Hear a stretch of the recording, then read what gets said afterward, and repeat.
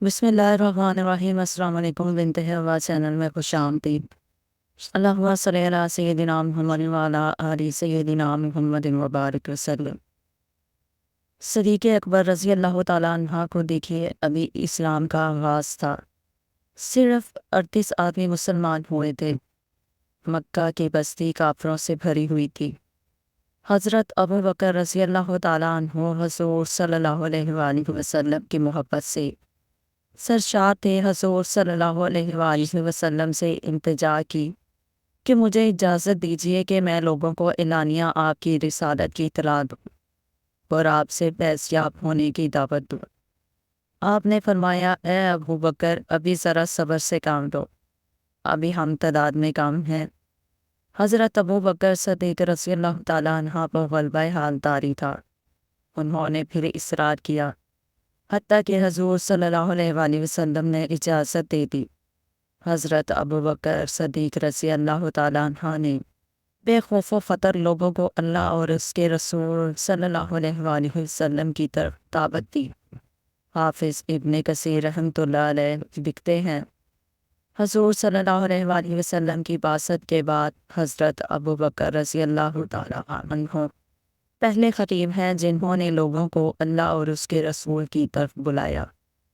مشرکین مکہ آپ پر ٹوٹ پڑے، آپ کو سخت پیٹا اور روندا۔ قطبہ بن ربیعہ نے آپ کے چہرے پر بے تحاشا تھپڑ مارے۔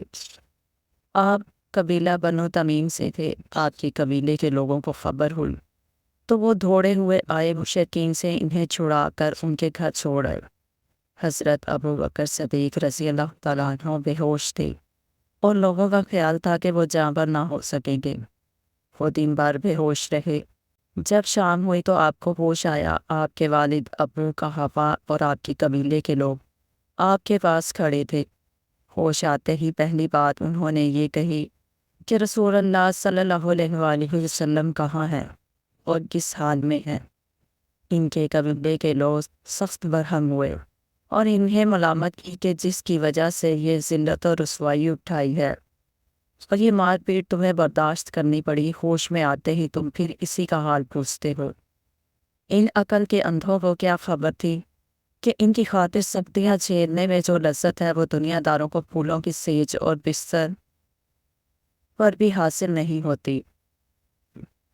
ان کے قبیلے کے لوگ مایوس ہو کر اپنے گھروں کو لوٹ گئے اور ان کی ماں ام الخیر سے کہہ گئے کہ جب تک محمد رسول صلی اللہ علیہ وسلم کی محبت سے یہ باز نہ آ جائے، اس کا بائیکاٹ کرو اور اسے کھانے پینے کو کچھ نہ دو۔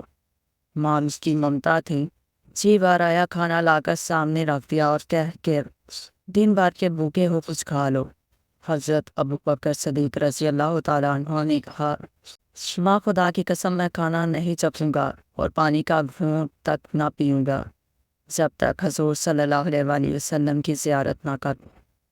حضرت عمر رضی اللہ تعالیٰ عنہ کی بہن ام جمیل آ گئی اور بتایا کہ حضور صلی اللہ علیہ وآلہ وسلم بخیریت ہیں اور دار ارقم میں تشریف فرما ہے۔ حضرت ابو بکر صدیق رضی اللہ تعالیٰ عنہ زخموں سے چور تھے، چلنے کے قابل نہ تھے، اپنی ماں کا سہارا لے کر بارگاہ رسالت میں حاضر ہوئے۔ حضور صلی اللہ علیہ وآلہ وسلم ان پر جھک پڑے اور انہیں چوما۔ حضور صلی اللہ علیہ وآلہ وسلم پر سخت گریہ تاری